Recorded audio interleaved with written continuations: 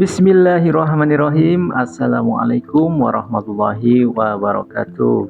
Selamat datang di channel Sabdo Wayah. Semoga kita semua selalu dalam ridho dan kasih sayang Allah Subhanahu wa Ta'ala. Di video kali ini saya akan mengulas tentang siapakah sebenarnya tokoh Kang Deddy Mulyadi dan apa latar belakangnya.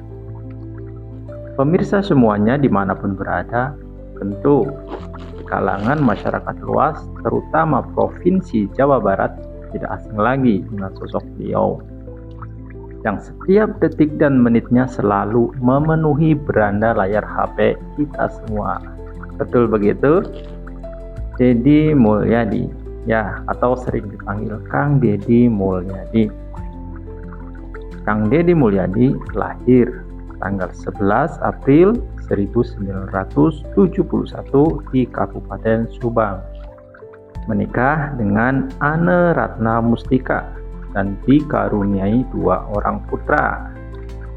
Beliau adalah seorang aktivis dan politikus kebangsaan Indonesia. Karirnya dimulai dengan menjabat sebagai Wakil Bupati Purwakarta pada tahun 1999 dan di tahun 2008 sampai 2013 Kang Deddy terpilih menjadi bupati selama 2 periode. Dan di tahun 2013 Kang Deddy terpilih lagi sampai tahun 2018. Dan di tahun 2025 Kang Deddy menjabat lagi sebagai Gubernur Jawa Barat untuk periode 2025 sampai 2030.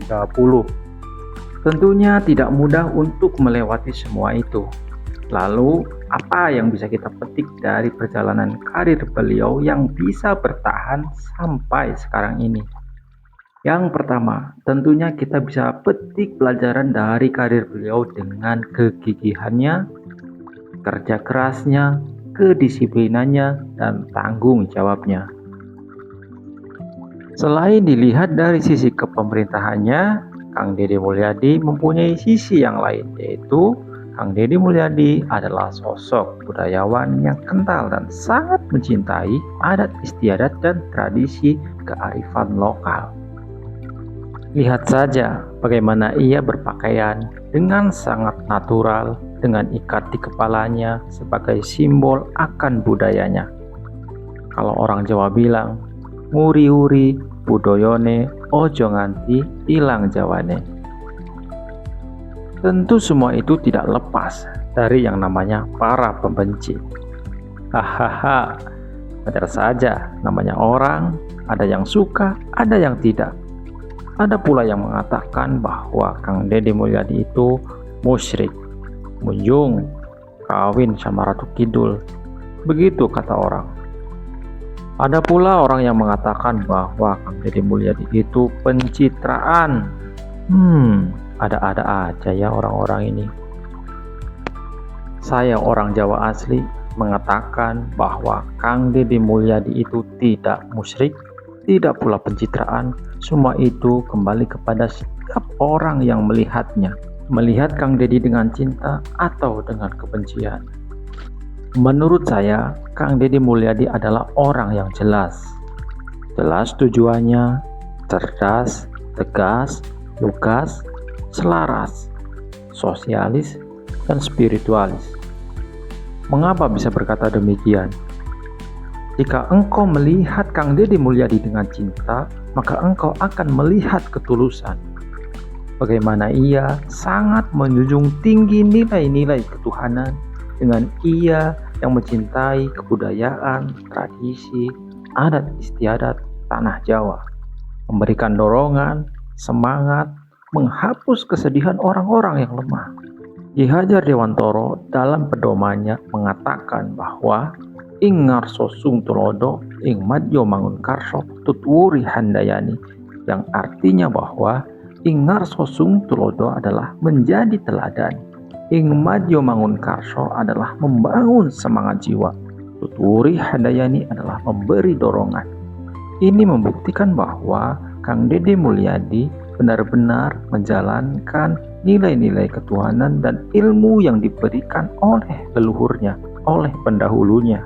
Apakah yang demikian bukan nilai-nilai Islami sehingga Deddy Mulyadi dikatakan musyrik? Ada pepatah orang Jawa mengatakan, jerone segoro bisa diselami, jerone hati sopo sing ngerti. Maksudnya adalah kita sebagai manusia tidak tahu dalamnya hati seseorang. Selama di dalam hatinya masih menyebut la ilaha illallah Muhammad Rasulullah, apakah orang itu pantas dikatakan musyrik? Tentunya kan tidak. Apakah semua orang yang beragama Islam harus memakai sorban, memakai gamis, dan berjenggot tebal sehingga bisa dikatakan Islam? Ajaran agama Islam hanyalah identitas, karena Islam yang sejati adalah mengajarkan tentang rahmatan lil alamin, ajaran berkasih sayang bagi seluruh umat manusia dan alam semesta.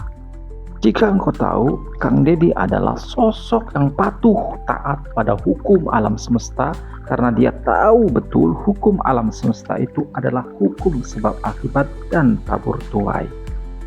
Pepatah Jawa mengatakan, sopo nandur bakale ngunduh.